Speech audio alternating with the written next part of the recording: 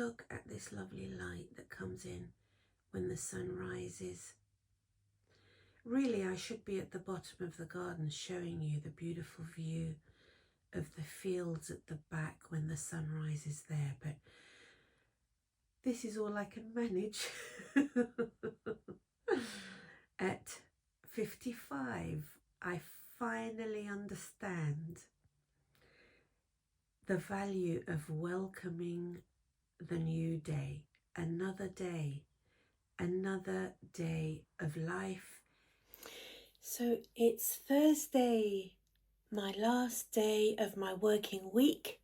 I do have a busy day today, and I need to get all the loose ends tied up by the end of my working day today, because I've got my knitting group and I'm not working tomorrow, and things can't keep rolling on from one day to the next. So everything needs to be completed today. So I need to really focus and get as much done as possible.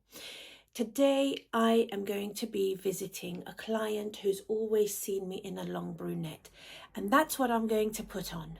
Also, it's going to work seamlessly into the evening because my knitting group have always known me as a long brunette. They don't know anything about my hair loss problems. They've never had the pleasure of seeing me like this. And I haven't spoken to them about it or brought up the subject. They've never mentioned my hair, and I've never mentioned my hair. Let me get the Uniwigs Topper Breeze. It's the one that I most recently did a review for, which has proved to be the most lightweight, convenient, comfortable, light, best coverage topper that I've ever tried. Let me go and get it. All right, ladies. So this is the topper that I'm talking about. As you can see, it's got a full lace top, really nice lace front. But what I really want to bring to your attention here is that, as you know, as I've said before, I use this tape. It's a lace tape, and I cut it to the size that I want. And I adhere it to the lace front, okay? But as you can see here, there's a natural parting in this topper, and you can see that I've left a gap between the two pieces of tape that I've used. I've left a gap so that I can adhere that lace down, but not actually show the tape through. Let me put it on and I'll show you what I mean, because actually, although this tape claims that it is no shine on one side, there is still a little bit of shine in the right lighting. Couldn't be easier to put on this stuff. Such an easy movement, really. You just flick the hair upwards.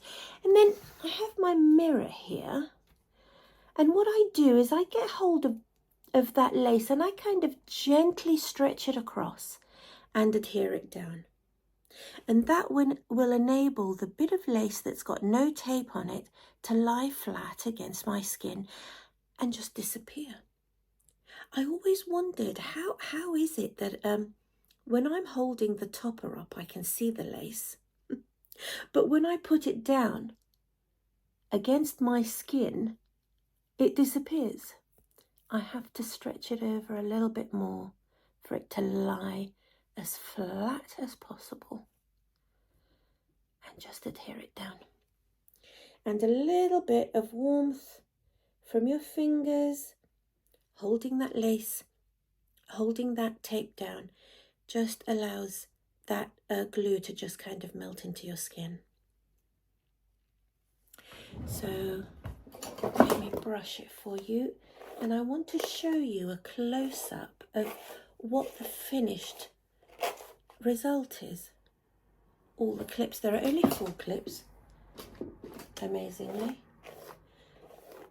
So it's actually quite nice, you know, that I've just got this this one piece that I'm going to to wear from day to evening. Let's have a little bit of a close-up.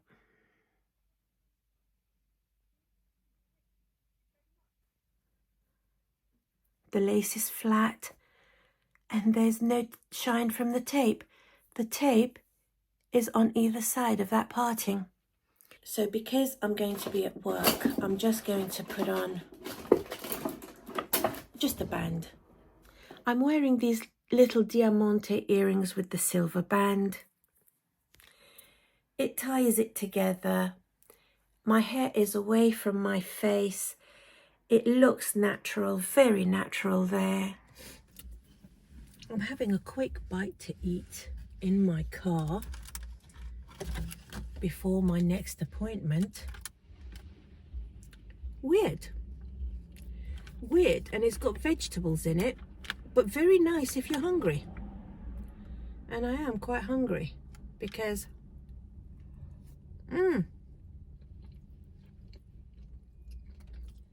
I love it. It's soft and friendly. And I have smoked salmon dragon rolls here with some soy sauce.